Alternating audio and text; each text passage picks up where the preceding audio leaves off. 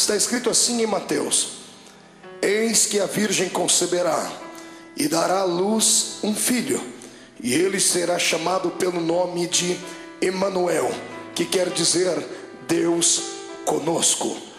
Primeira epístola de São Paulo aos Coríntios, capítulo de número 3 e o versículo de número 16. Primeira epístola de São Paulo aos Coríntios, capítulo de número 3 e o versículo de número 16. Está escrito assim: não sabeis, pois, vós que sois de Deus, e que o Espírito de Deus habita em vós? Se alguém destruir o santuário de Deus, Deus o destruirá, porque o santuário de Deus, que sois vós, é sagrado. Feche a Bíblia, coloque na cadeira, pegue na mão da pessoa mais bonita do seu lado. Se não tiver ninguém bonito aí, se atreva a vir pegar na minha mão aqui. Atravesse a faixa de Gaza, pegue na mão da pessoa que está do outro lado. Aperte a mão da pessoa com carinho até ele falar aleluia. Pentecostal que não faz barulho está com defeito de fabricação. Vieram ao lugar certo nessa noite. Vieram à olaria de Deus. Feche os olhos e vamos orar. Pai das luzes, nós te exaltamos, nós te glorificamos. Te exaltamos porque o Senhor é grande. Te glorificamos porque o Senhor é tremendo. Nós estamos à sua presença porque tu és forte. O ser humano precisa de uma figura, Senhor, poderosa em quem ele possa se espelhar. Por isso nós nos espelhamos na sua majestade. Tu és o monarca dos monarcas. Por isso adentramos este santuário em busca de um milagre nesta noite. E eu tenho certeza que o milagre já está pronto, estampado na mão dos seus anjos, que daqui a pouco descerão sobre este lugar e entregarão na mesa do seu povo aquilo que eles carecem e necessitam. Antes de começar a pregar, ó Pai, eu lhe faço os dois pedidos que costumeiramente faço. O primeiro pedido é esse: que ao redor deste templo, num raio de 5 quilômetros quadrados, onde houver um demônio alojado, um espírito desencarnado que tem em mente destruir o povo de Deus, eu dou a estes espíritos 5 segundos para desaparecerem do Bom Retiro e da cidade de São Paulo.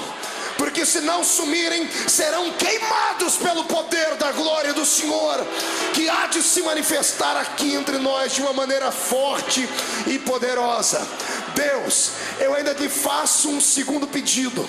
Se ainda tenho crédito no céu contigo como pregador da sua palavra, abre a porta do seu santuário sobre nós agora, e manda do céu para a terra, descendo através daquela escadaria que Jacó enxergou no meio do deserto, enviar os seus anjos para estarem aqui.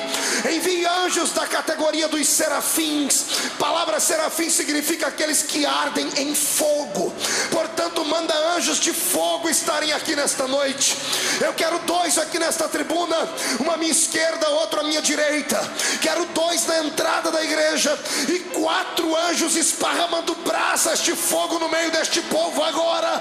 E onde houver um crente batizado com o Espírito Santo, renova ele, Senhor, mas renova com muita autoridade.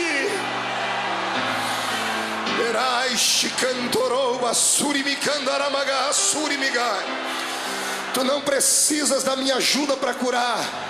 Tu não precisas da minha ajuda para batizar com o Espírito Santo. Tu és Deus, tu és onipotente.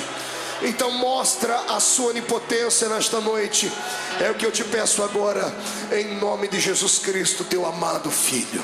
Amém e amém. Antes de se assentar, levante um dedo de profeta para cima comigo. Aponte o dedo no nariz do seu irmão e diga para ele: não se escandalize com o culto hoje, porque há uma unção encaminhada para esse lugar. Diga: daqui a pouco você ouvirá o barulho de ondas que vão se quebrar aqui nesta praia. Pegue aquilo que for possível e volte para casa cheio da glória do Senhor. Aplauda o Rei Jesus, glorifique a Ele e tome o seu assento para a honra e glória do Pai. Aleluia. Glória a Deus. Queridos e amados irmãos em Cristo Jesus, noiva do Cordeiro, simpatizantes desta fé pentecostal linda, amados obreiros que estão na minha retaguarda, irmãos de diversas denominações, mas que pertencem ao mesmo corpo sagrado de Jesus Cristo, Deus hoje nos conduzirá no tapete da sua revelação e nos levará na profundidade que você e eu suportarmos para dentro das águas do seu poderoso rio.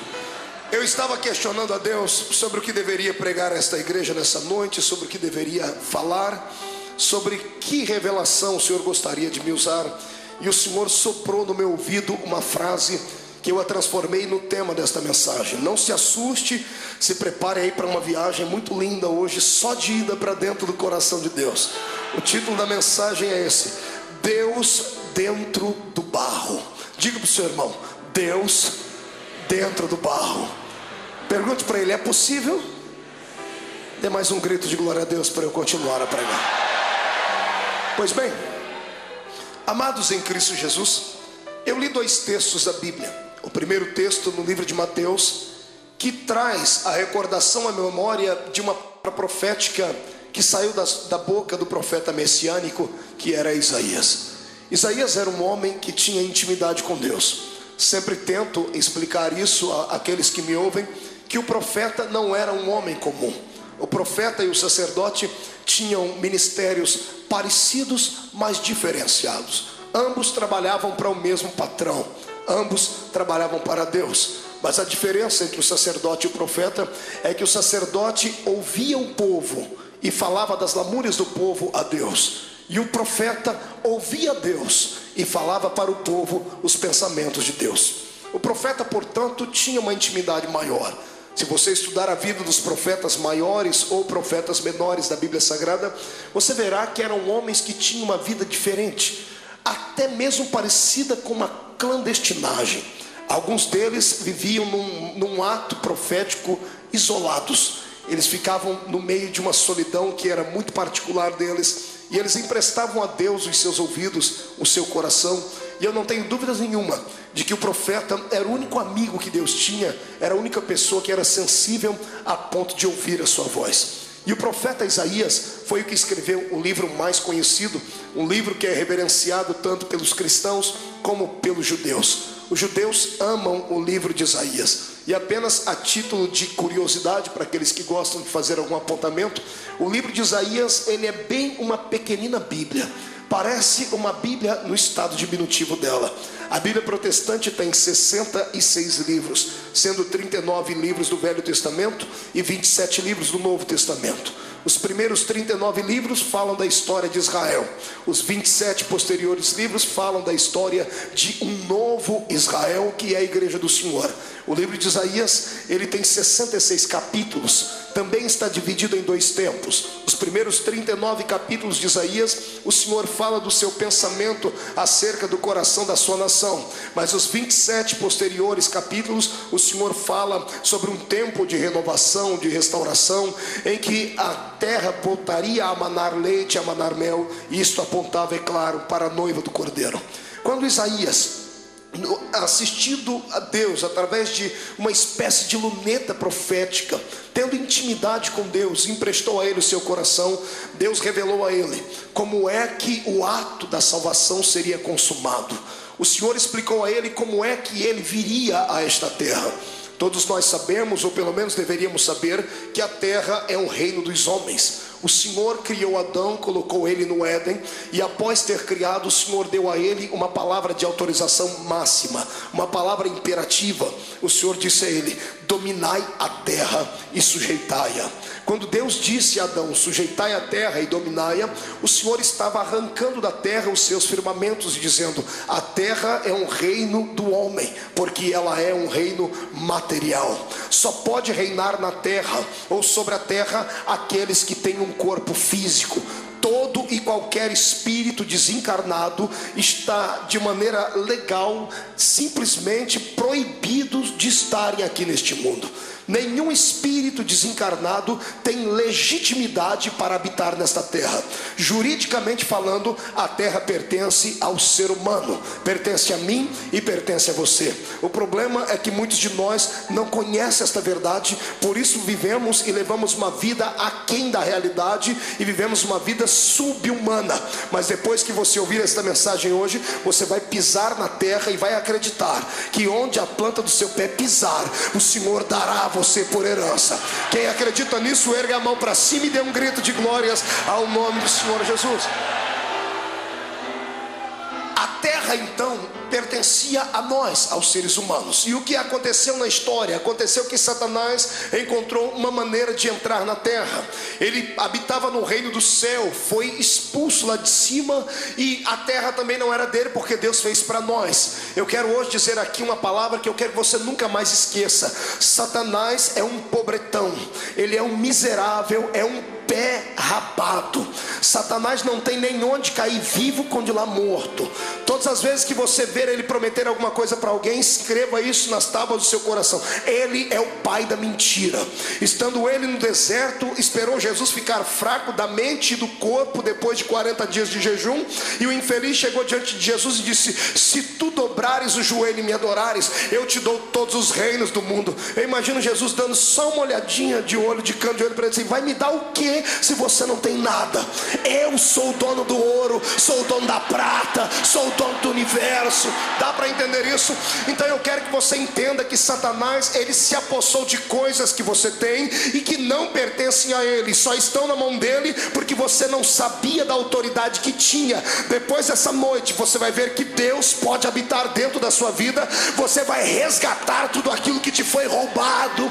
Eu profetizo em nome de Jesus que virá com juro, com correção monetária, e todos os demônios que perturbam a sua vida vão ter que começar a arrumar as malas já, comprar uma passagem lá para os quintos dos infernos, porque a terra lhe será dada. Quem acredita nisso, explode a alma adorando ao Senhor. Ouça-me. Sabendo Deus e sabendo o diabo que a terra pertencia ao homem, Satanás arrumou uma maneira legal de entrar aqui. E o que é que ele fez? Se apossou de um corpo. Nós sabemos que para entrar no Éden, ele não podia entrar em espírito, porque a terra era do homem. Para entrar no Éden e enganar Eva, ele teve que se apossar do corpo de uma serpente. A primeira sessão espírita de encarnação do mundo foi ali. Ele se apossou do corpo da serpente, enganou ela, tomou conta da mente dela, e ele se fez legal na terra, porque a terra é um reino material. Enganou Eva, que enganou Adão, que tentou enganar a Deus, e foi aquele chororô lá dentro do Éden. Acontecendo isso, o que é que fica? Como fica o projeto inicial de Deus? Como ficou então os pensamentos do Altíssimo? Satanás dava gargalhadas pelo canto do Éden, dizendo: eu consegui destruir os pensamentos de Deus. O infeliz só se esqueceu de uma coisa: que Deus não é criatura, Deus é criador. Amados, aqui eu tenho uma revelação linda para lhe dar.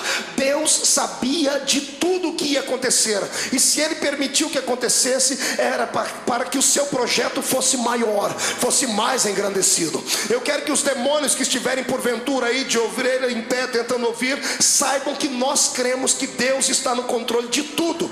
Deus sabe o que acontece. Cada coisa que acontece na minha vida e na sua é permissão dele. Ou ele permite ou ele manda. Na vida do crente, Satanás não pode meter o dedão dele, porque ele está impossibilitado. Eu e você somos propriedade exclusiva de Jesus Cristo. Todas as vezes que Satanás tenta se aproximar de ti, ele vê uma faixa invisível no seu peito: propriedade de Jesus, aqui ninguém toca. É por isso que você tem que adorar ao Mestre. Pois bem, sabendo disso, Deus já havia arquitetado todo o plano, todo o projeto. Eva está chorando num canto, Adão está com aquela cara de boi sonso no outro, a serpente está lá, jururu, e o diabo morrendo de dar risada. E Deus chega no Éden. Deus poderia ter interferido, mas ele não interferiu por causa da sua palavra.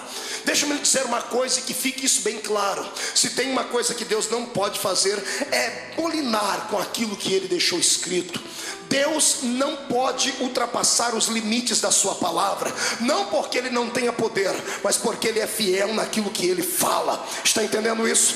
Deus não interferiu naquele momento ali, porque Ele próprio se sujeitou à lei que Ele estabeleceu. A terra era um reino material, era um reino do homem, só o homem estava legal aqui. O diabo entrou pela janela, ele não entrou pela porta, ele entrou pela janela, ele arrumou um subterfúgio e entrou na terra no corpo de uma serpente. O dia em que Deus entra pelo Éden e descobre toda aquela situação, e vê Eva chorando, vê Adão chorando, vê a serpente caminhando por ali, subindo em cima das árvores, e o diabo rindo, Deus chega e diz a eles o que foi que aconteceu, e todos nós sabemos a história. Adão confessa, dizendo, mas antes de confessar ele jogou a culpa na mulher ainda para ajudar, e depois Deus olhou para toda a situação, começou a interferir naquele momento. A minha Bíblia diz que Deus chamou os três que estavam envolvidos diretamente no problema e deu para cada um deles uma sorte de coisas para realizar. Deus deu uma punição a eles. Para a mulher, o Senhor disse, a partir de hoje sentirás dores ao ter filho. Para o homem, o Senhor disse, você vai ter que trabalhar muito e do suor do seu rosto você vai sobreviver. Para a serpente, o Senhor disse, eu vou arrancar suas pernas e os seus braços. A partir de hoje, você vai rastejar sobre o seu ventre. Eu creio que até então a serpente era um animal parecido com um macaco, alguma coisa assim. Para o diabo se apossar do corpo dela, neste dia o Senhor arranca a locomoção dela natural e faz ela se rastejar no meio da terra. Quando o Senhor acaba de dar toda essa história, acaba de liberar sobre eles as suas punições, o diabo vai saindo pelo um canto, isto eu acredito. O Senhor ora para ele e diz, agora aguarde aí, Satanás, porque a minha conversa agora é com você. Eu imagino o diabo dizendo, não, o senhor não tem nada que conversar comigo, porque eu destruí o seu projeto, eu acabei com a sua história. Eu imagino o senhor dizendo, como é que você vai acabar com o projeto daquele que é o arquiteto do universo? Me explica. Você acha que você pode me enganar? Você acha que pode me surpreender? Eu sou Deus. Eu imagino o senhor dizendo, eu imagino Deus dizendo assim, se Deus fosse mineiro, ele ia dizer assim para o diabo, enquanto tu vem com a farinha, eu já estou com o angu pronto, seu infeliz. Eu tenho controle do universo na palma da minha mão. Que coisa linda. Na sequência acontece assim, Deus olha para ele e diz assim, você acha que você fez uma coisa muito grande, não é? Você só está aqui porque você burlou a lei. Você é um infeliz desonesto para sempre. Você entrou aqui de maneira ilegal, encontrou um corpinho de uma cobra para entrar e entrou aqui. Eu imagino Deus dizendo, você acha que eu também não podia ter entrado aqui? Eu sou espírito, mas eu podia ter entrado no corpo de um macaco, no corpo de um elefante. Eu podia ter entrado aqui, interferido na história, mas eu imagino o Senhor dizendo, eu tenho elegância, eu sou um gentleman, sou um cavalheiro, eu não vou aonde não sou convidado, eu não entro pela janela. A hora em que eu entrar pode demorar 1 ano, pode demorar 1000 anos, pode demorar 4000 anos, mas quando eu entrar, eu entro pela porta, porque eu sou o Senhor.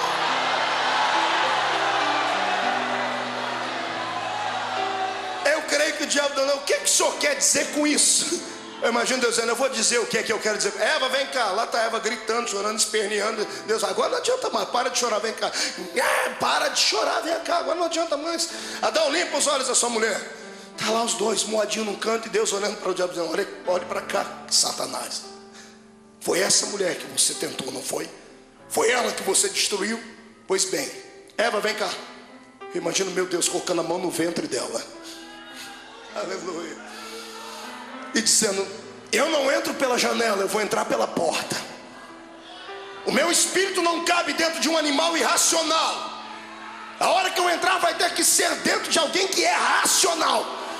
Da semente dela vai nascer um. Eu vou estar dentro do corpo dele, e então vou esmagar a sua cabeça, porque você não pode nada.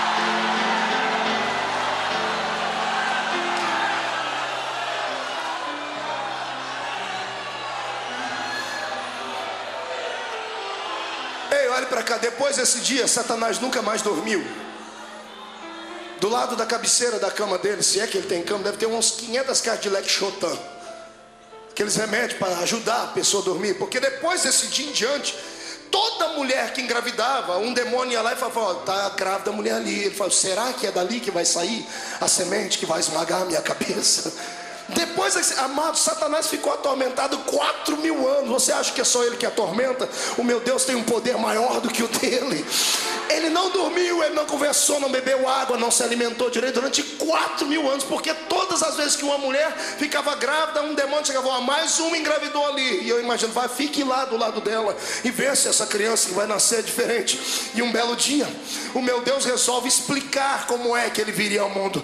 Ele toma a boca do profeta Isaías, e o profeta Isaías começa a gritar. Primeiro Isaías olha para o povo e diz assim: olha, assim diz o Senhor, eis que uma virgem conceberá e dará à luz a um filho, e colocarão nele o nome de... Não ouvi, quero ouvir de novo, de... Acotovela o sermão, diga para ele: abre essa boca, abençoado. 1, 2, 3, de... Que significa... Aqui está a revelação dessa noite. A palavra Emanuel não significa apenas Deus conosco. Ela é uma palavra tríplice. São 3 palavras juntinhas uma na outra. Na semântica da palavra, ao trazerem ela para a língua portuguesa, ela perdeu um pouquinho da sua essência. A palavra Emanuel não significa apenas Deus conosco. São 3 palavras: Em-man-el. Em-man-el. Daí a junção Emanuel. A palavra in é dentro. A palavra men é homem, corpo, barro. A palavra El é Deus. Se você traduzir ao pé da letra, é Deus dentro do barro. O Senhor estava dizendo ao diabo como é que ele viria. Ele disse assim: eu, o Deus eterno, vou entrar na terra de forma legal, dentro de um corpo de barro. É aqui que a ciência se atrapalha toda. É aqui que os homens que não têm cultura religiosa se embasbacam. É aqui que os filósofos e que até os teólogos modernos da pós-libertação ficam atormentados e atribulados, porque não dá para conceber um Deus que criou o universo pela força do seu poder e sustenta o universo pelo poder da sua palavra. Como é que ele, sendo tão grande, pode caber dentro de um corpo de um homem? O que eu vou falar aqui agora vai começar a arrepiar e vai começar a arrancar alguns tipos de reações de dentro de você, mas não se assuste. Quero que você olhe para a pessoa que está do seu lado e pergunte para ela: você é crente? Diga: você é salvo em Jesus Cristo? Pergunte a outra que está do seu outro lado, diga: você é salvo em Jesus, tem certeza? Vire a cabeça e pergunte para quem está atrás, diga: você tem certeza que é salvo? Aqui está na frente, eu quero que você mexa com todo mundo. Então olhe para mim e vou lhe dizer: não se assuste, mas esse pedaço de carne que reveste esses ossos que estão aí do seu lado são exatamente a morada do Deus eterno que fez os céus e que fez a terra. Eu penso em Deus e tento caminhar pelas páginas da sua revelação desde que o Senhor escolheu Abraão para sair da terra de Ur dos Caldeus e deu a ele uma palavra profética dizendo: em ti serão benditas todas as famílias da terra. Quando o Senhor faz esta promessa e a nação começa a crescer na terra, passamos pelo nosso irmão José, que fez um bom trabalho no Egito, mas o faraó que se levanta depois da morte de José não sabia nada sobre a aliança judaica entre os judeus e os egípcios. Então ele começa a oprimir a nação de Israel. Centenas de anos Israel fica aprisionado dentro do deserto, dentro do Egito, até que o Senhor levanta um libertador que era Moisés. Quando Moisés atua como um grande ministro de Deus, como um interlocutor do céu à terra, liberando sobre o Egito aquelas pragas pela unção de Deus. Quando ele tira o povo lá do meio do Egito e caminha com eles a Canaã, passando por dentro do Mar Vermelho, quando eles estão no meio do deserto, já caminhando com o Senhor há algum tempo, os céus percebem que o povo encontrou uma dificuldade para adorar a Deus. O Deus que Abraão adorava, ele adorava em espírito. Ele fazia com Deus um ponto de encontro em todo e qualquer lugar. Mas a nação de Israel passou muito tempo dentro do Egito. Os anos que eles passaram lá, dezenas até centenas de anos, fez com que Israel trouxesse sobre eles um pouquinho do sentimento dos egípcios. Israel só conseguia conseguia adorar aquilo que eles viam. Assim como os egípcios adoravam a deuses como o deus Anubis, que era metade homem e metade cachorro, assim como eles adoravam a deusa Íris, a deusa Ísis e outros pseudos deuses do mundo antigo, eles tinham templos, gigantescos templos, como eram até mesmo as pirâmides onde eram enterrados os faraós, que eram tidos como deuses, como uma linhagem divina. Israel ficou muito tempo dentro do Egito e eles começaram a encontrar dificuldades no deserto para adorar a Deus. Eles não sabiam de que forma adorar a Deus. Eles haviam esquecido a maneira como Abraão adorava. Abraão era um crente que, se estivesse no século 21, ele seria muito bem posto aqui, porque onde a alma dele carecia, ali ele fazia um altar para adorar a Deus. O crente inteligente tem que entender que ele não pode adorar a Deus somente dentro do templo, porque o templo, muitos templos não estão abertos 24 horas por dia, e o homem moderno trabalha muitos dias no meio da semana, e às vezes somente um dia por semana viemos à igreja. Nós não podemos esperar chegar na igreja para adorar a Deus.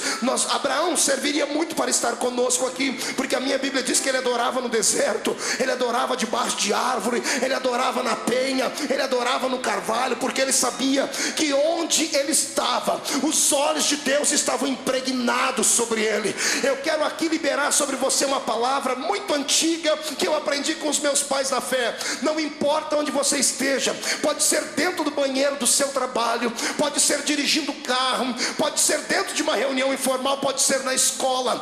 Há uma porta aberta no céu diante de você. Se você dobrar o joelho no meio do deserto, ou melhor, reclinar o corpo cansado, não tiver um travesseiro para reclinar a cabeça, e colocar uma pedra sobre a sua cabeça, ou melhor, sobre a sua cabeça, e começar a chorar e a falar com Deus, fique tranquilo, uma porta se abrirá no céu, uma escadaria vai chegar diante de você, anjos subirão e descerão ao seu lado, porque você não é natural, você não é comum. Por isso nós não precisamos da ajuda de nenhum tipo de pseudo santo. Eu não preciso da ajuda de São Jorge, nem do cavalo dele, não preciso da ajuda da Santa Biroqueta do Norte, não preciso da ajuda de Cosme e Damião, não preciso da ajuda de Ibeji ou Molu, não preciso da ajuda de Zé Pilintra, Zé Pilantra, Chucaveira.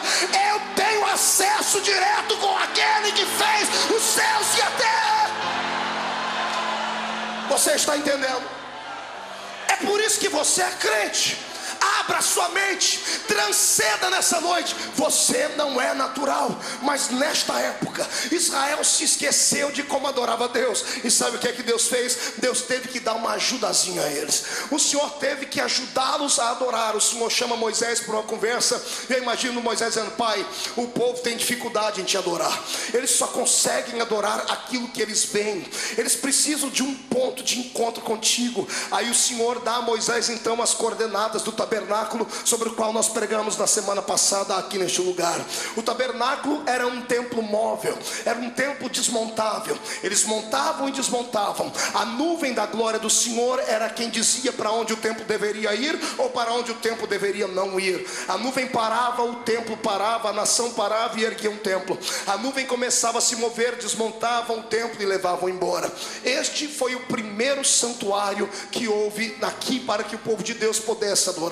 Quando Israel chega na terra prometida, o Senhor suscita no coração de Davi uma vontade imensa de ter um templo, porque o povo ainda tinha dificuldades de adorar. Davi, ele alicerça com o coração o desejo do templo, mas o Senhor o proíbe de fazer o templo, porque a mão dele era manchada de sangue, e o Senhor repassa a função para Salomão. Salomão então teve a oportunidade e a graça de levantar a Deus o primeiro templo fixo da história do povo judeu e da nossa fé, porque o judaísmo e o cristianismo acabaram se confundindo por um tempo. Naquele templo, um templo majestoso, magnífico, ele foi inaugurado com um poder pentecostal. Pastor Marco, no Velho Testamento ninguém falava em línguas. Como é que o senhor fala que o templo foi inaugurado com o poder pentecostal? Porque a minha Bíblia diz que enquanto os sacerdotes cantavam, ou melhor, os levitas cantavam a Deus, tangiam seus instrumentos, a nuvem da glória de Deus entra dentro do templo, e a Bíblia diz que era era tanta unção lá dentro que os sacerdotes não conseguiam ficar de pé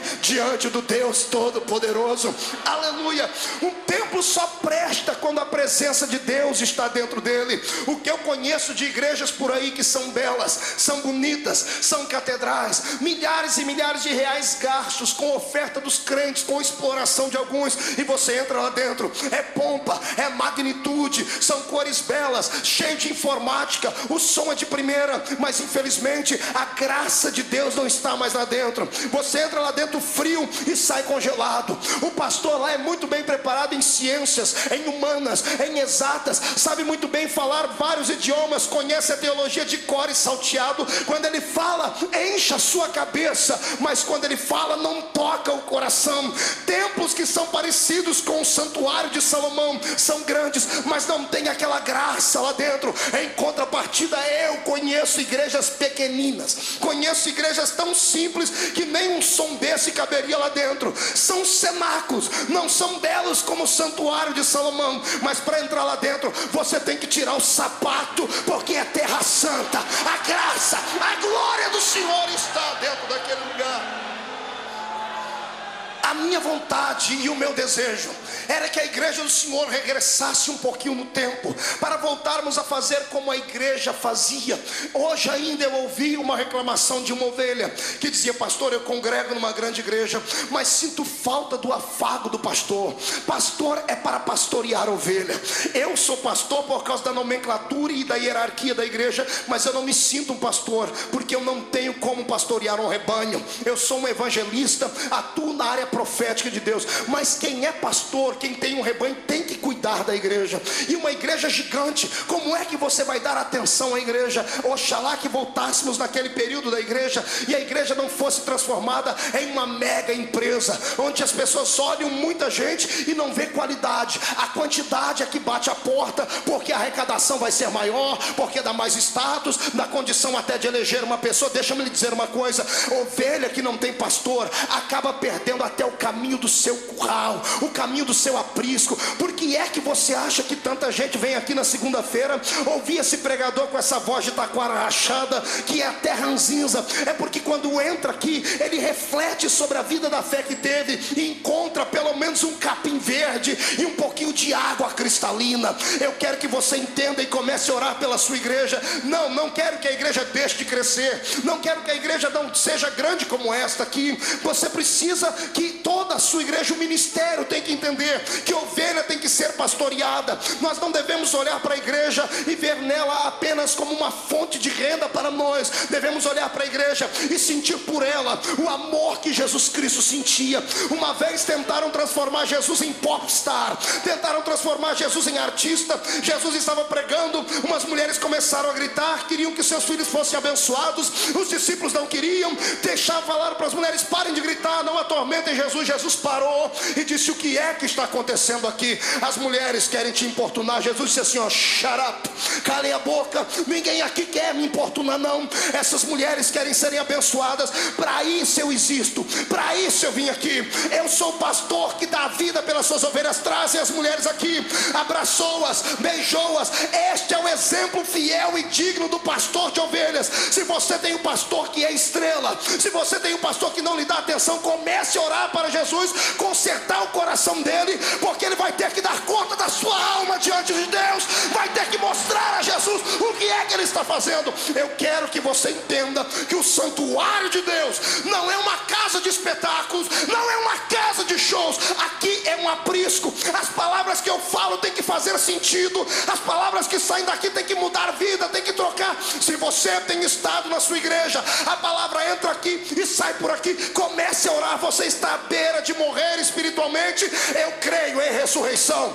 Eu profetizo que haverá uma mudança nos púlpitos da igreja. Profetizo que a oração dessa igreja trará de volta a verdadeira vontade de sentirmos a glória do Senhor. Será que eu tenho alguém que acredita nisso aqui, que pode erguer a mão para cima e dar um belo grito de glória a Deus? Ah, pastor Marco, mas isso aí é uma questão de dom. O senhor tem um dom, o outro não tem. O senhor tem tempo para se preparar, o outro não tem. Problema dele. O homem tem que ter caráter. Se ele não tem tempo para preparar uma mensagem, e não tem um dom para preparar uma mensagem e dar ao povo uma mensagem que preste, não aceite a consagração do homem. Pegue a carteirinha e entregue ela lá no púlpito da igreja. Eu não presto para isso. Porque quando eu falo daqui, eu estou transmitindo vida. Eu conheço gente que entra na igreja debilitado e sai aleijado, porque não tem graça. Aí sabe o que os crentes fazem? Vão ter que fazer hora extra na igreja dos outros. Sai daqui, vai fazer hora extra na igreja universal, vai fazer a corrente não sei do que ali, vai lá na igreja Jesus Cristo foi ali e já volta. O crente fica parecendo um chuchu, onde vai pega o gosto. Jesus Cristo quer lhe dar hoje uma essência de graça, uma palavra revelada na autoridade.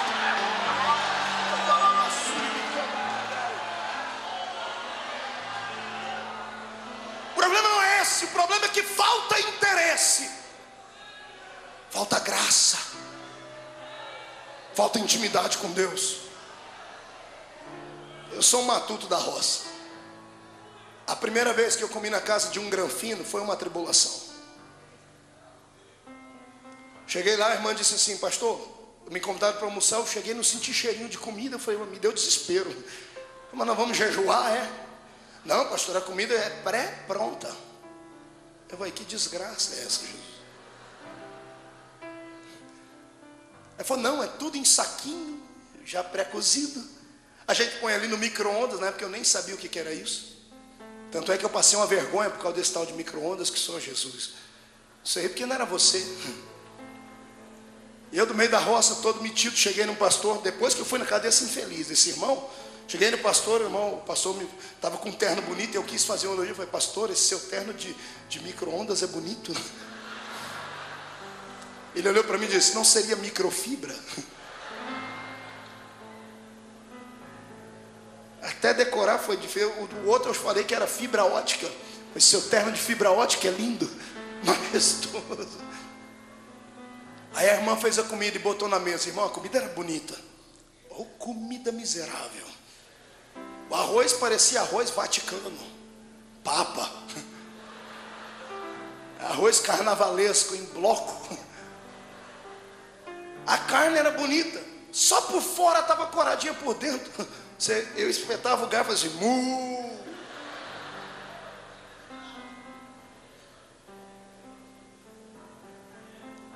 Aí eu comi, né? Não tinha outra coisa para comer. Na hora de dormir, fui dobrar meu joelho, fui orar. Eu agradecendo a Deus, o Espírito Santo veio falar comigo, que ele também, ele sabe que eu sou matuto. Ele veio falar comigo, e aí, gostou da comida? Eu falei, desceu. Ele falou, então me fala de uma comida boa. Eu falei, daquela que a minha mãe fazia lá, no fogão a lenha. Um feijão que demorava 45 minutos para cozinhar ele. Um arroz com suã e um ovo frito. E uma salada de alface. Eita. Era simples, mas dava sustância. Era gostosa. E eu falei, Jesus, o que o senhor quer dizer com isso? Ele falou, assim é a minha igreja. A igreja está muito moderna. As mensagens são fabricadas em micro-ondas. As pressas são pré-cozidas. Aleluia. Para ti, Jesus.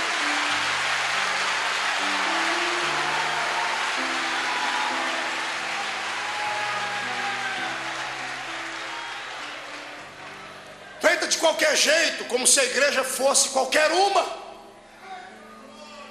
Você não sabe o temor que eu tenho quando subo aqui. Até hoje, depois de pregar já em milhares de lugares, milhares de igrejas, todas as vezes que eu venho para o culto, os meus amigos que me acompanham sabem disso, me dá um frio na barriga, eu fico tenso. Eu digo, Deus, o que eu vou falar à sua igreja?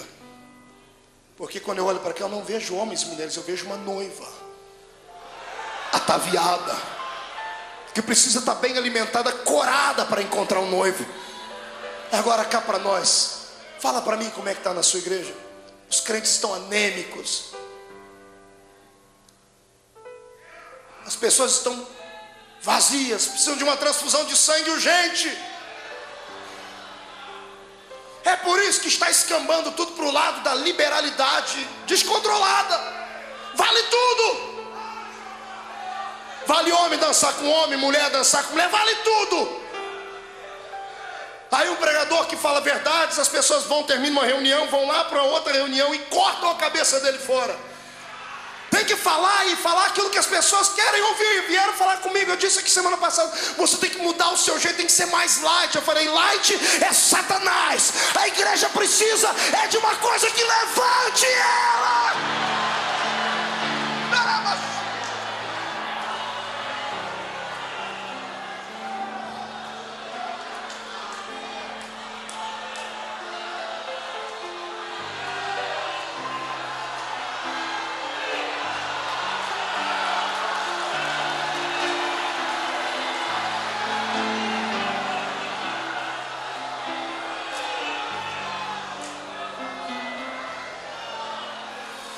Na hora de voltarmos a fazer o alimento da igreja no fogão a lenha, gastarmos tempo nisso. Pastor, a igreja não precisa de uma comida nova. Não, a igreja precisa de uma comida antiga, mas com tempero novo, sabe? A essência não pode desaparecer. Israel tinha dificuldade de adorar a Deus, por isso Deus teve que fazer com que o homem criasse um templo. Só que aí de repente o templo ficou mais importante do que Deus. Puxa, isso aqui dá mais uma hora de mensagem, meu Jesus. É coisa que a gente não prepara, vem na hora, irmão. Quantos lugares o templo é mais importante do que aquele para quem o templo foi feito? Fale para mim. Eu conheço crentes que são capazes de brigar por causa da sua igreja, são capazes de matar por causa da sua fé, mas são incapazes de liberar um perdão para o irmão que está mais fraco. São incapazes de estender a mão para aquele que está caído. Maragachuri cantorou.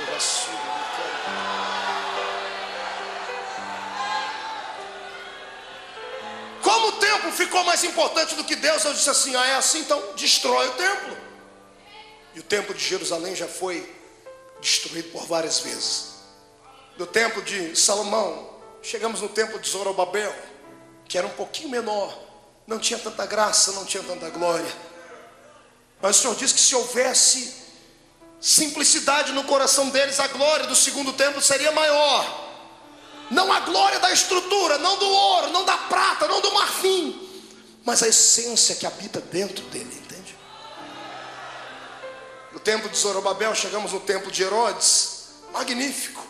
E o meu Jesus passou lá perto, e os judeus batiam no peito e diziam, nós temos um templo para adorar a Deus. Jesus disse assim, olha, destruam este templo, e em 3 dias eu vou reconstruir ele. Eles quiseram matar Jesus por causa disso, e eles nem sabiam que Jesus não estava falando daquele templo. Jesus estava falando do maior templo que Deus havia feito. Aí vem Paulo, o que sintetizou a fé cristã, e ele vem e explica, gente, só existe um templo onde Deus habita. Porque a minha Bíblia diz que Deus não habita em templo feito por mãos humanas. Está entendendo? Isso aqui é mera estrutura. Só existe um templo onde Deus habita. E não é o grande templo da Igreja Universal no Rio de Janeiro, lá na suburbana. Não é o magnífico templo que a Deus de Amor acabou de construir aqui. Não é o templo gigantesco de Cuiabá, dado à Assembleia de Deus para 22.500 pessoas sentadas. Tampouco é o templo do pastor Poyangishu, hoje David Yangishu, na Coreia, que tem mais de 1 milhão de membros. Não, o maior templo não se chama templo de nomes de igrejas, não é Assembleia de Deus, Deus de Amor, nada disso. O maior templo se chama Pedro, João, Tiago, Marco, Maria. Você está diante de um templo de Deus, olha aí, você vai ver. Estou vendo templos de Deus aqui. E a nuvem da glória vai começar a descer, porque Deus habita dentro de templos de barro.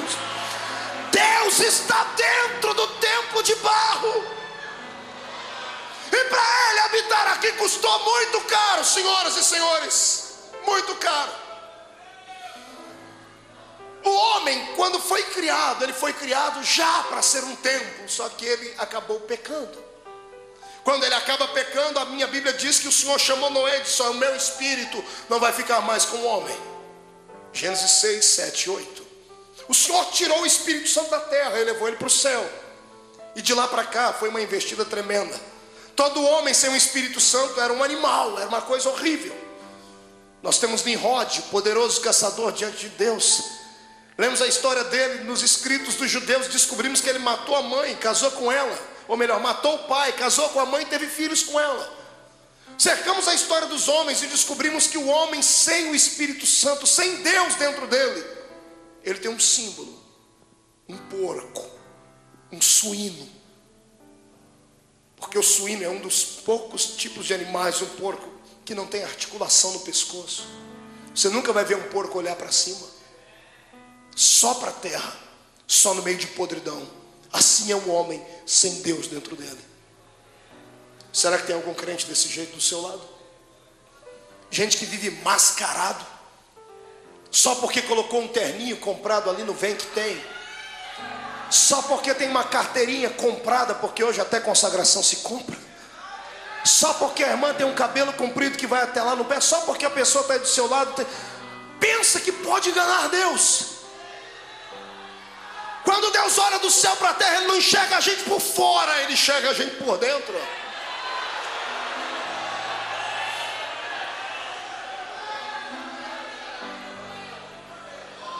O homem sem o Espírito Santo não presta, não vale nada. É um porco. Pastor, se o símbolo do homem sem Deus é um porco, qual é o símbolo do homem com Deus? Solta o cinto para voar comigo. Uma águia. O homem com Deus dentro dele é como uma águia. Tem força nas asas para voar mais alto do que qualquer pessoa. Tem autoridade para atravessar uma tempestade. Tem visão para enxergar qualquer coisa a quilômetros. E outra, é rei, tem o seu reino, impera e ninguém pode derrubá-lo. Será que tem algum crente águia aqui no meio? Deixa eu ver. Aqueles crentes que tem Deus dentro de si, por gentileza, tire o pé do chão para adorar a esse Deus.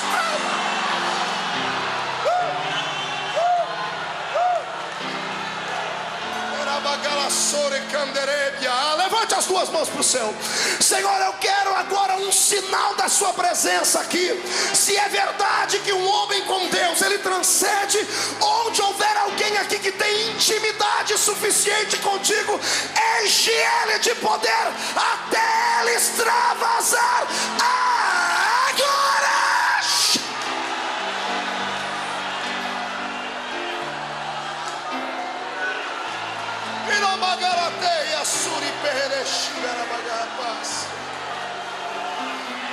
Eu quero ouvir o barulho dos pentecostais.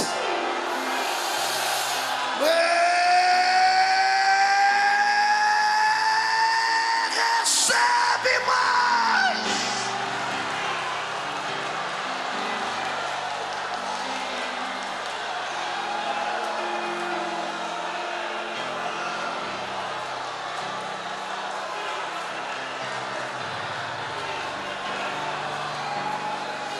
Levante a mão direita para cima. Coloque ela no ombro do seu irmão, por gentileza. Agarre ele pelo ombro. Chacoalhe ele até ele ficar irritado. E diga para ele: escute aqui, cidadão. Se a partir de hoje eu ver você lamuriar, achar que é mais fraco do que qualquer um, ficar com espírito de galinha da Angola, que só sabe falar: tô fraco, tô fraco, tô fraco. Diga: eu vou lhe dar um cascudo na cabeça. Diga: porque Deus, diga: eu estou falando Deus, habita dentro de você. Deus habita dentro de você.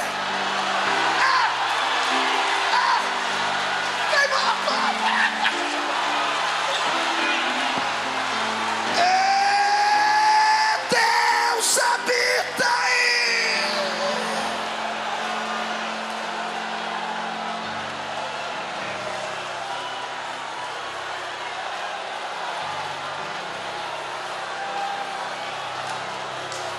Estou ouvindo barulho de espadas. E quando eu escuto barulho de espadas é porque a guerra começou. Demônios estão degladiando contra anjos por causa desta afirmativa. Eles serão derrotados porque você vai sair daqui cheio de Deus. Deus vai habitar dentro, não fora. Deus não vai caminhar ao seu lado. Ele vai caminhar dentro, dentro, dentro, dentro, dentro, dentro, dentro, dentro, dentro de você.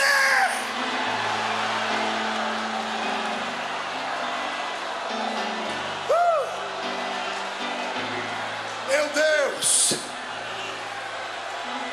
Por gentileza, tome o seu assento.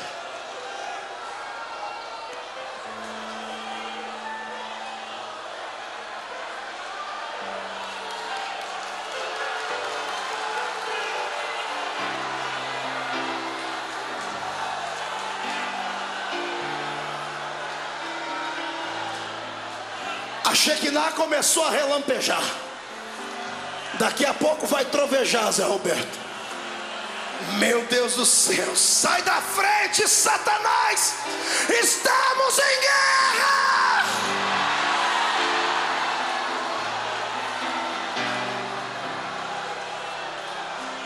Agora olhe para o seu irmão e diga assim: está gostando? Diga então, prepare o lombo, porque vamos apanhar agora.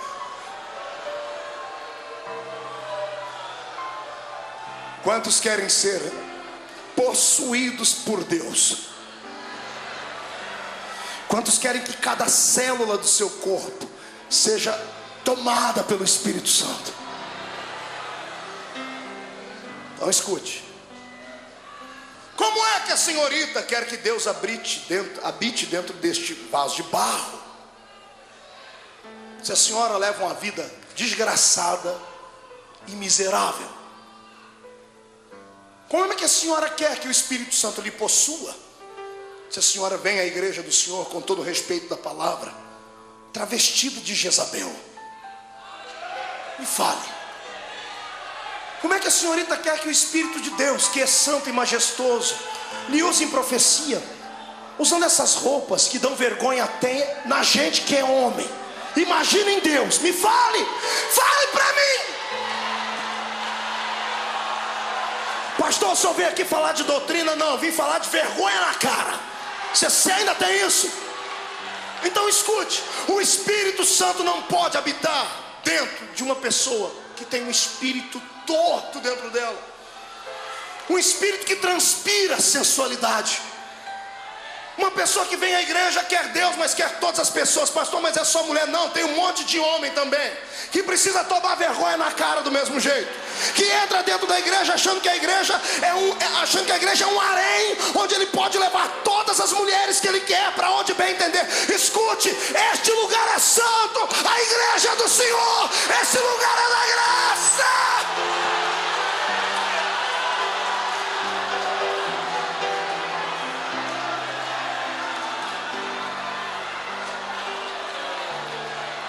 Ô pastor, mas o meu pastor disse para mim que Jesus quer apenas o coração.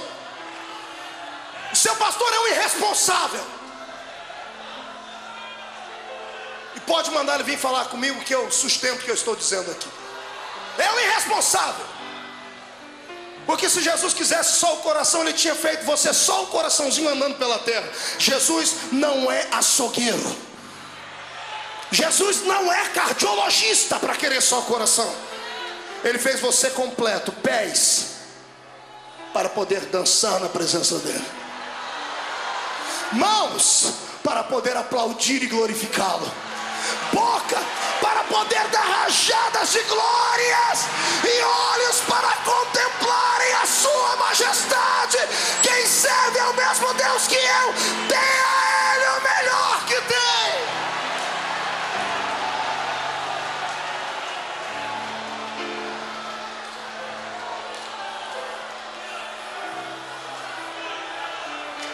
Sabe por que você não sente nada? Sabe por que você entra dentro da igreja e fica aí com o espírito de iceberg? Sabe por que esse barulho te irrita? Porque você está em outro nível. Nós estamos ligados em FM, você está em AM. Nós pensamos no céu, você só pensa na terra. Nós queremos Deus, você quer aquilo que Deus pode lhe dar. Sabe por que Jesus não lhe dá aquilo que você pede? Porque você não se entregou a Ele.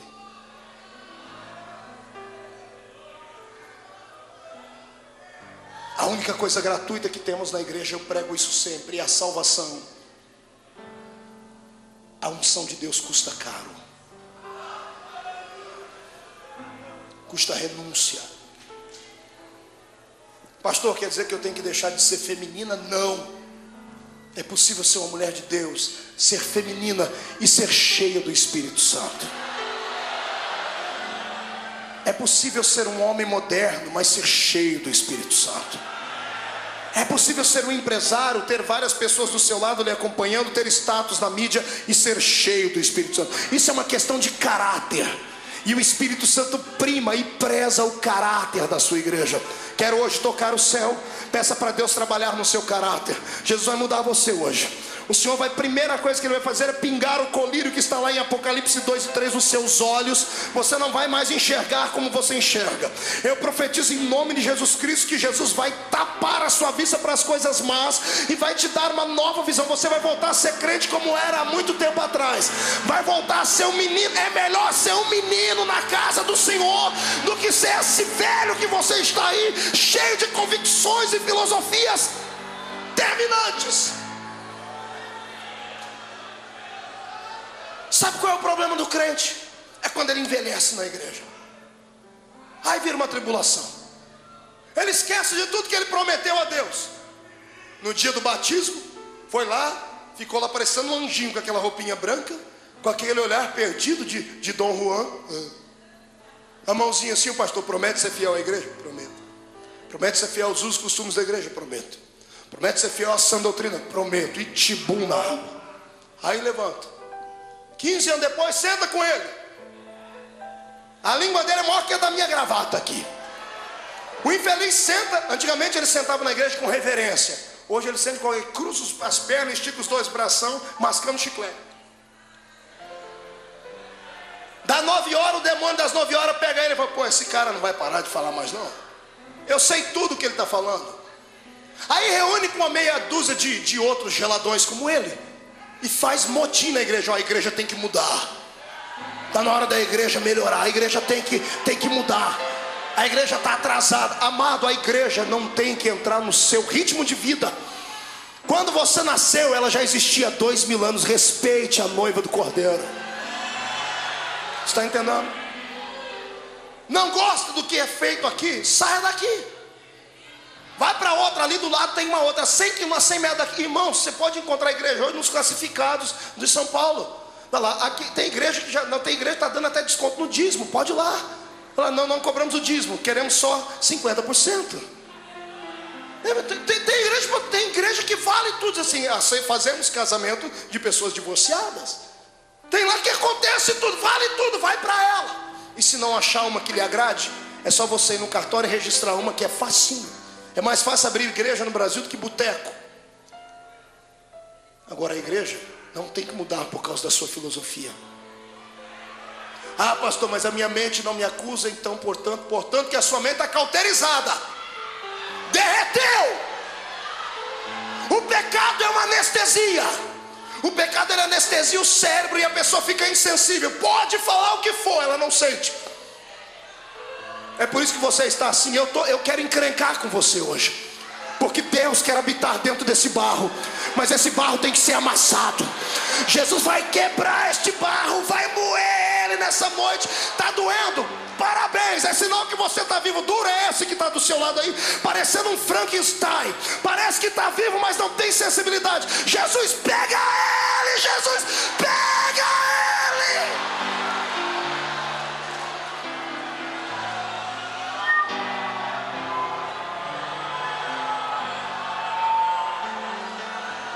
Me arrume 3 guarda-costas para sair daqui hoje.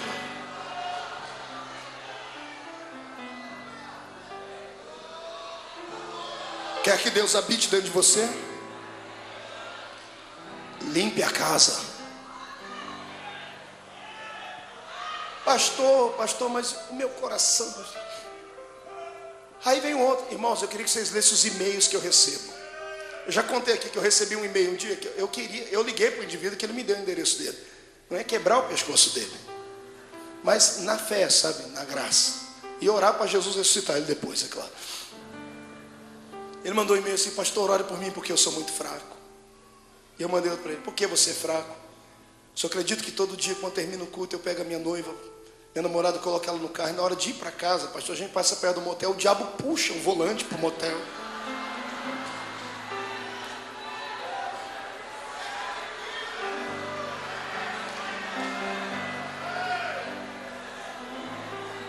Outros mandam, não, a desculpa do crente, pastor, a carne é fraca. E eu respondo assim, e pecado é vitamina, é? Você é fraco aí peca para ficar forte, é isso? Há coisinha ruim.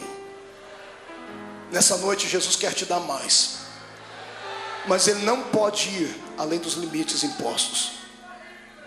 Meu Deus não toca em coisa morta, a não ser que Ele queira ressuscitar. Ele quer fazer de você um grande homem, uma grande mulher, mas você tem que mudar de vida. Tem que estabelecer princípios. Tem que levar as coisas certas. Não podemos vomitar no prato que comemos e nem destruir a fé que nos foi ensinada por aqueles que passaram a vida toda levando uma vida diferente. Tem alguns excessos? Tem, mas excessos que podem ser relevados, mas não apostatar da fé. Não. Quando o cristianismo protestante entrou no Brasil, a igreja era uma. Não estou falando de placas denominacionais. A unidade era uma, porque o sofrimento atraía uma igreja a outra e todos trabalhavam juntos. Quando a igreja cresceu, ela se dividiu em 5 igrejas. Quer marcar aí? Dos lados opostos, nós temos de um lado aqui uma igreja que é anarquista. No lado oposto dela temos uma igreja fanática.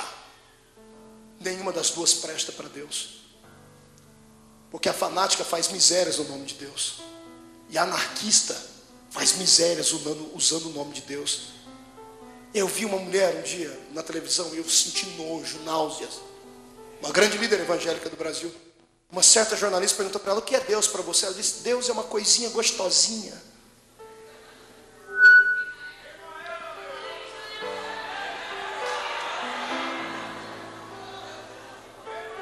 Outros vão falar de Deus, não, Deus é um cara. Tenha respeito. Vá falar isso para um juiz. Vá com o estilo de roupa que você usa para vir à igreja na frente de um juiz, para ver o que ele faz com você. Temos mais respeito diante de homens do que diante do Senhor. É por isso que a igreja está vazia da sua graça, mas Ele vai mudar essa situação. Ah, se vai. Duas coisas vai acontecer com o pastor Marco aqui no Bom Retiro. Ou esse culto vai prolongar por mais uns 10 anos, ou daqui a pouco vão me tirar ele por causa que eu estou falando coisas aqui. Mas eu acredito que vai prevalecer a primeira história. Enquanto o Senhor me der graça e saúde, tiver gente querendo ouvir, nós vamos falar sobre isso. Poder e responsabilidade. Deus pode habitar no corpo de barro, mas o barro tem que ser trabalhado. Quem quer ser trabalhado por Deus, que dê um grito de aleluia.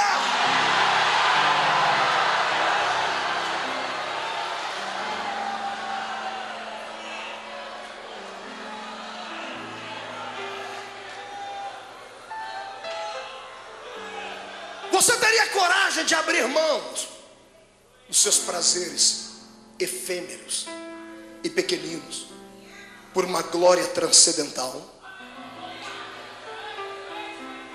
A minha Bíblia diz no livro de Hebreus que pela fé Moisés, sendo homem já feito, quando a Bíblia diz que ele era já homem já feito, é porque a mente dele já podia raciocinar.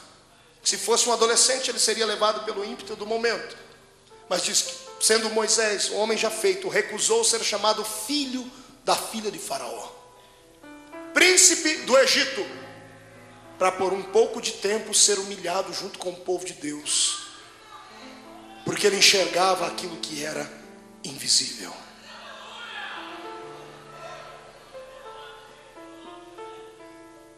Quanto você está disposto a deixar para que Deus lhe use?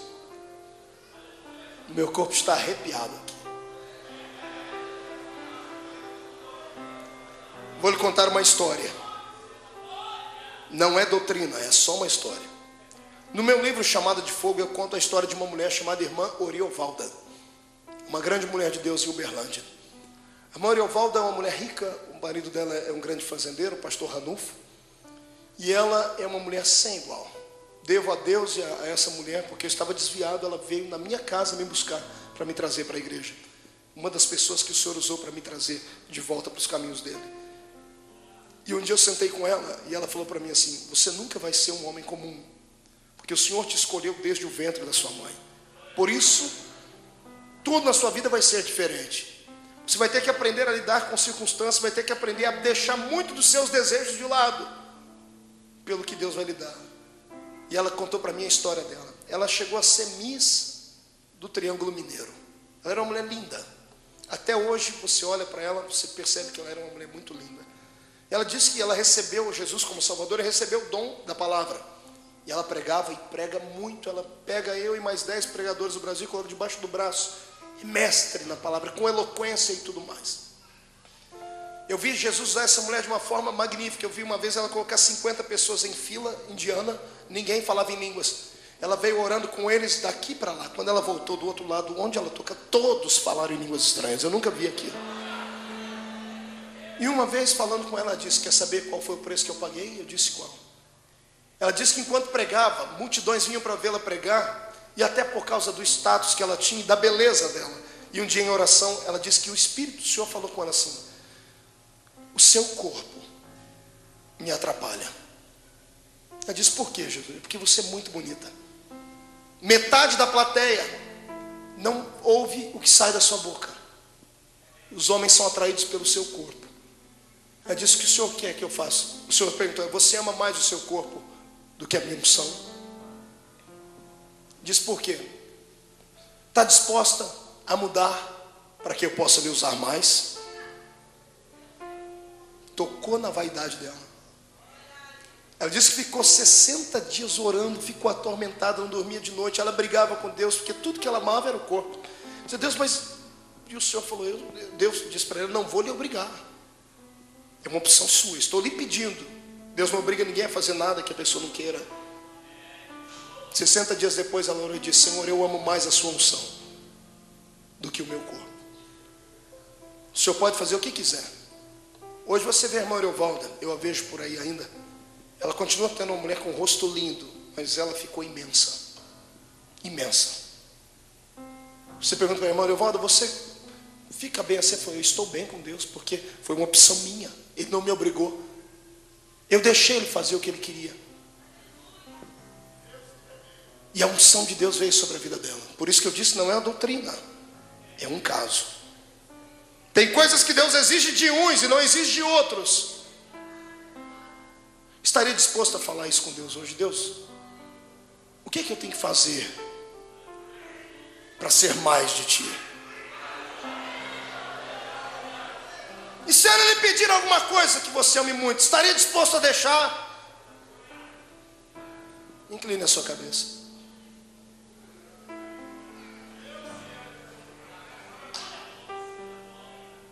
Diga a Deus até onde você está disposto a ir com Ele, para que Ele lhe dê essa unção.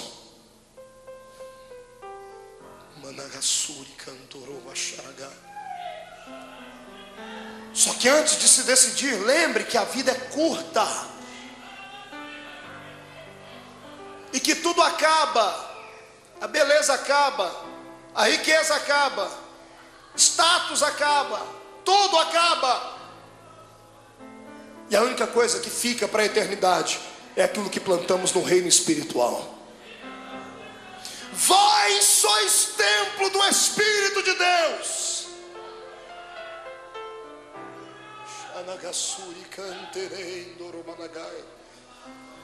Pastor Marco, doeu agora. Eu estou vendo gente chorar. Chora mesmo. A resposta das suas indagações está aqui. Você não tem pedido para Deus falar com você, por que Ele não lhe usa, por que Ele não te dá? Ele está falando hoje. Não queria ouvir? Escute. O Senhor quer possuir a sua alma. Ele quer que o seu corpo seja um tabernáculo andante na terra. Ele quer que cada parte do seu corpo seja transformada em átrio, lugar santo e lugar santo dos santos. Ele quer um sacrifício no seu coração, sendo o altar divino. Os seus olhos são a candeia do seu corpo. Deus quer hoje envolver você numa dimensão de autoridade que você jamais viu na terra. Levante a cabeça, respira fundo e dá um glória a Deus.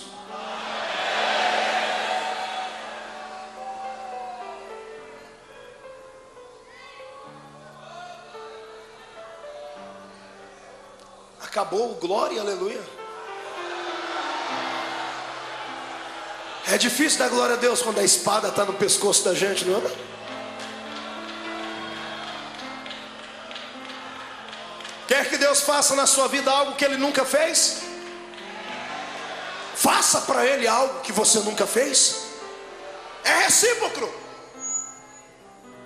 Tira o dedo do fundo do rio. Pega os seus conhecimentos, coloque eles num canto. Abra a sua alma, deixe Deus treinar o seu espírito. O Espírito Santo está ansioso nessa noite. Ele está olhando aqui de cima, está fazendo uma revoada aí com a caneta na mão e um papel. Eu até imagino ele dando uns pulinhos dizendo: é hoje que eu consigo entrar nessa casa. Pastor, mas eu tenho o Espírito Santo. Tem, mas você deu para ele só o quartinho da empregada. Ele quer a suíte da sua vida. Está entendendo? Ele quer a sala, ele quer a cozinha, ele quer a casa inteira. Ele quer o tempo. Pastor, mas ele é egoísta. Não, é para o seu próprio bem. Eu não conheço ninguém que tenha se entregado a ele, que tenha perdido. Pastor, mas é difícil. Eu sei, Pedro um dia teve a mesma dificuldade. Falou: Jesus, o que eu ganho com tudo isso? Jesus disse: nessa vida eu te dou 100 vezes o que você perdeu, e na outra eu te dou a vida eterna. Ponto final. Quem é que ganha desta palavra? Ninguém ganha. Olhe para o seu irmão e diga para ele: ficou sério o negócio agora. Diga para ele: até onde você está disposto a ir? Diga: você vai ficar com água só pelos pés? Só pelos joelhos? Só pelos lombos? Ou você tem coragem de nadar? Então tira a roupa de banho, tira aquela roupa que não me deixa sentir nada, e vamos navegar, vamos nadar, vamos entrar dentro do rio de Deus, vamos sentir a graça. O quanto for possível um homem e uma mulher ser cheio, vamos ser este homem, vamos ser esta mulher. Você tem que ser o melhor naquilo que faz. Está entendendo isso? Fica de pé comigo, mas fica de pé com o peito cheio de alegria, para dar a Deus o melhor que tem. Escute. Salvo as pessoas que são tidas com QI muito acima da média, os seres humanos normais que querem ser bons em uma coisa, eles são dedicados. Pegue o moço que passou em primeiro lugar na USP e vai ver a vida dele. Você vai chamar ele de louco. 12 horas estudando de frente a um livro. Quer ser o melhor daquilo que faz? Pegue o melhor jogador. Ele vai passar mais tempo treinando, vai ter a sua concentração. Pegue toda pessoa que hoje canta e está aí no meio secular. Eles já cantam, mas estão lá fazendo um cursinho de voz.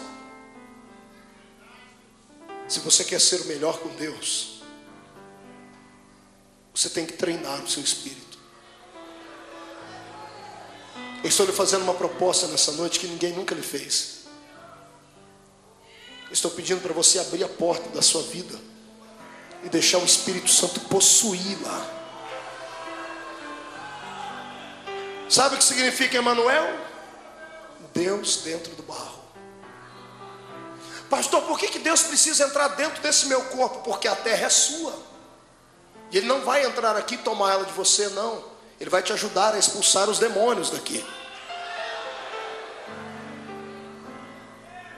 Os demônios vão estar andando pelas ruas, e quando olhar para você não vão ver carcaça, vão ver quem está dentro de você. Por que tem algumas pessoas que são diferentes, pastor? Por causa disso. É só isso. Você está entendendo? É só isso. Perguntar para mim: pastor, o senhor jejua quanto tempo por dia? O senhor fica quantos meses de jejum escondido? Eu falo: não é isso. Não é o ato exterior, é aquilo que o coração deseja. Desde menino eu disse: Deus, eu quero o quanto for possível receber de ti. Quer ser uma pessoa assim? Fecha os olhos. Meu Deus. Fecha os olhos. Eu sinto a presença de Deus aqui.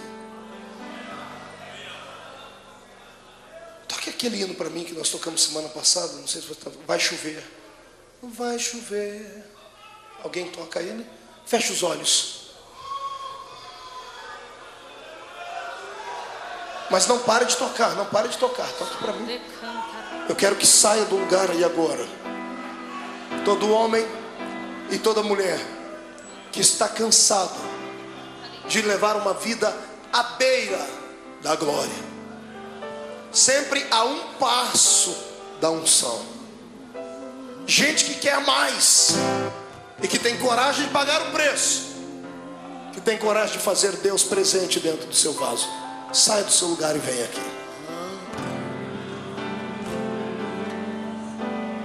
Vejo uma pequena nuvem do tamanho da mão de um homem, mas este é o sinal que a sua chuva vai descer.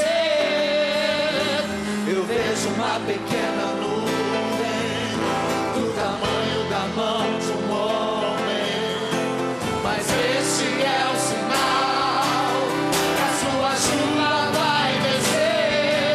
Vai chover, vai chover. Abra as comportas. Abra as comportas do céu. Vai chover, vai chover. Abra as comportas do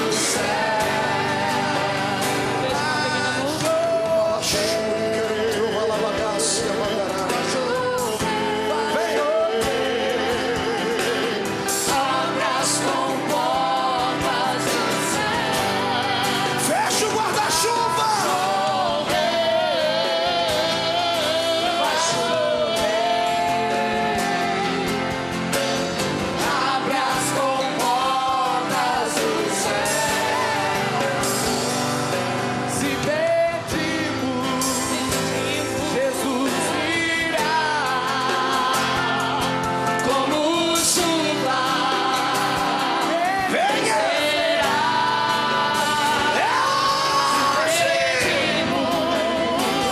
Jesus virá. Feche os olhos, adora a Deus. Adora o Senhor. Então chame por ele. Vai chover. Abra as comportas, Senhor. Abra as comportas do céu. Derrama sobre o teu povo, Pai. Vai chover. Oh, aleluia. Vai chover. Abra as comportas do céu. Verachuri cantoro basuri me candarabanaga série me Quero que você agora pegue no braço do seu irmão, pegue no braço da sua irmã.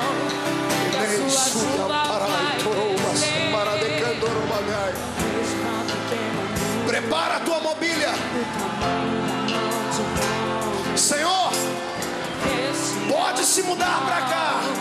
Que a sua chuva vai descer. Tem um monte de casa que está desocupada, Senhor. Vai chover. Vem habitar no corpo desses homens e mulheres. Abra as comportas.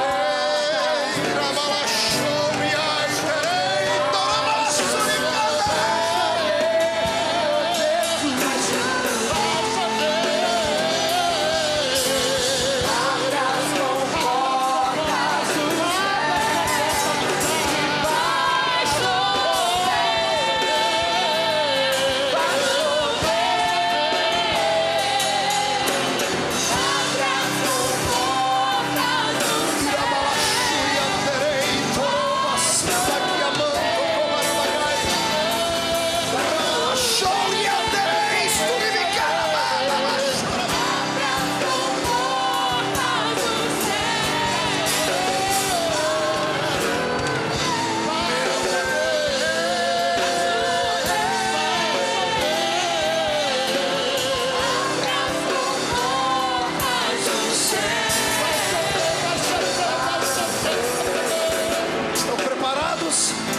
Feche os olhos. você vai orar comigo agora. Mas essa oração não pode sair só da boca, tem que sair do coração. Feche os olhos e diga comigo: Deus, a minha casa é sua. Eu lhe peço perdão, porque às vezes não lhe dei todos os cômodos dela. Mas não foi porque eu não queria. Não foi porque eu não queria. Foi porque eu não sabia.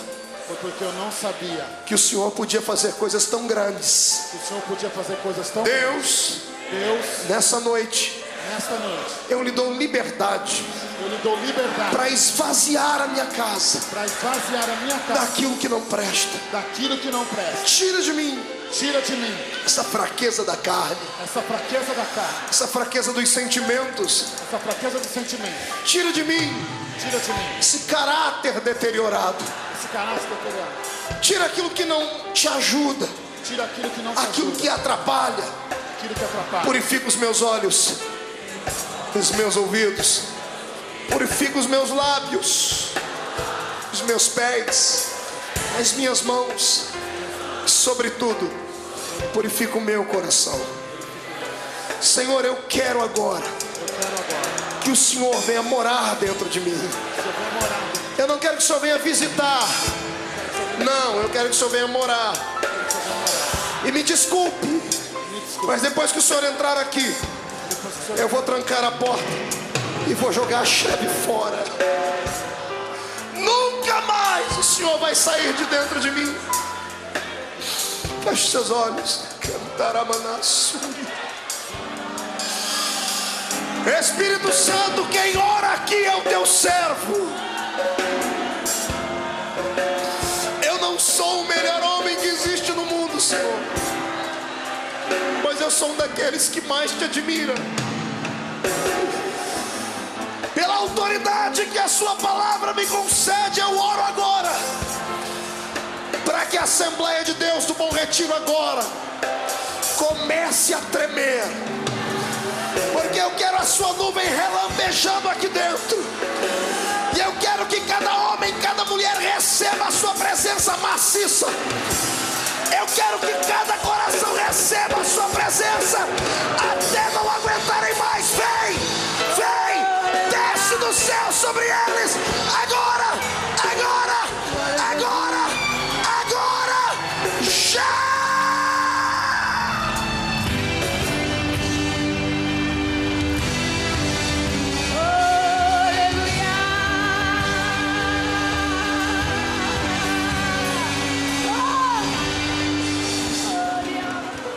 Jesus disse: eu vos dei poder para pisar sobre serpentes e escorpiões.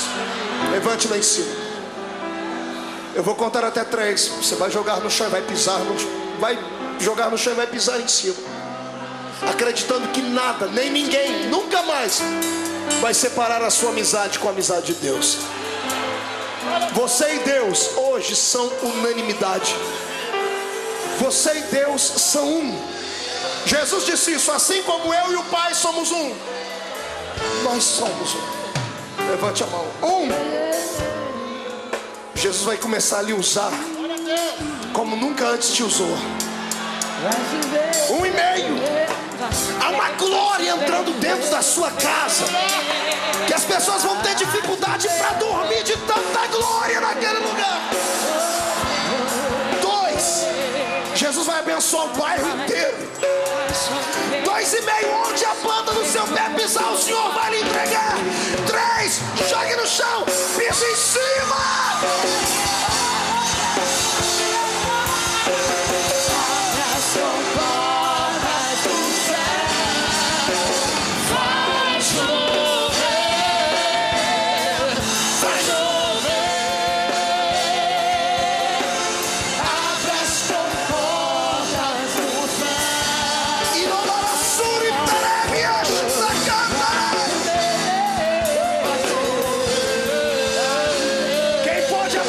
Jesus.